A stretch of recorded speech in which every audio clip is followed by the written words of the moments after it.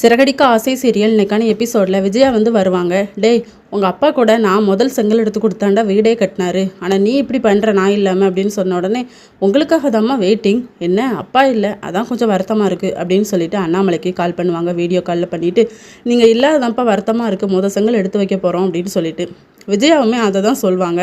அப்புறம் பாட்டிக்கு எப்படி இருக்குது அப்படின்னு சொல்லி கேட்பாங்க. அதெல்லாம் நல்லா தான் இருக்குது அப்படின்னு சொல்லிட்டு அப்புறம் செங்கல் எடுத்து சாமியெல்லாம் கும்பிட்டுட்டு விளக்கெல்லாம் ஏற்றி வைப்பாங்க.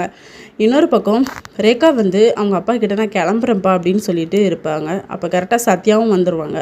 போகிற நேரத்தில் அவர் வந்து ரொம்ப இருமிக்கிட்டு ரொம்ப உடம்பு முடியாமல் நடிப்பார்.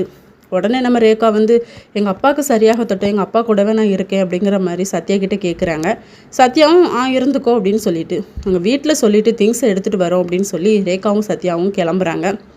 அவங்க கிளம்புனதுக்கப்புறமா சிந்தாமணியும் அவங்க ஹஸ்பண்டும் சிரிக்கிறாங்க. எப்படி நம்ம பொண்ணு நம்ம வழிக்கு வந்துடுவா அப்படின்னு சொல்லிட்டு.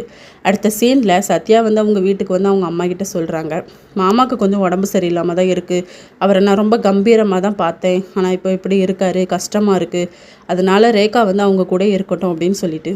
ரேகாவும் இல்லை, என் கூட சத்யா வந்தால் நல்லாயிருக்கும், நாங்கள் 2 பேருமே எங்கள் திங்ஸை பேக் பண்ணி வச்சுட்டு கிளம்புறோம் அப்படிங்கிற மாதிரி சொல்லுவாங்க. இப்போ தானே வந்தீங்க, அதுக்குள்ளே எதுக்கு போகணும் அப்படின்னு சொன்ன உடனே இல்லைக்கா நாங்கள் உடனே கிளம்புறோம்க்கா, ஹாஸ்பிட்டலுக்குலாம் அவரை கூட்டிகிட்டு போகணும் அப்படிங்கிற மாதிரி சொல்வார் சத்யா. இல்லைடா, நீ வந்து ஒரு மருமகன் மாமனார் வீட்டில் போயிருந்தா எப்படி இருக்கும் அப்படின்னு சொன்ன உடனே அதெல்லாம் ஒன்றும் இல்லைக்கா, அவங்க எல்லாருமே என்கிட்ட நல்லா பேசுகிறாங்க அப்படிங்கிற மாதிரி சத்யா சொல்கிறாரு. இவங்க 2 பேருமே கிளம்பிடுறாங்க. அதுக்கப்புறம் அருணும் வர்றாரு.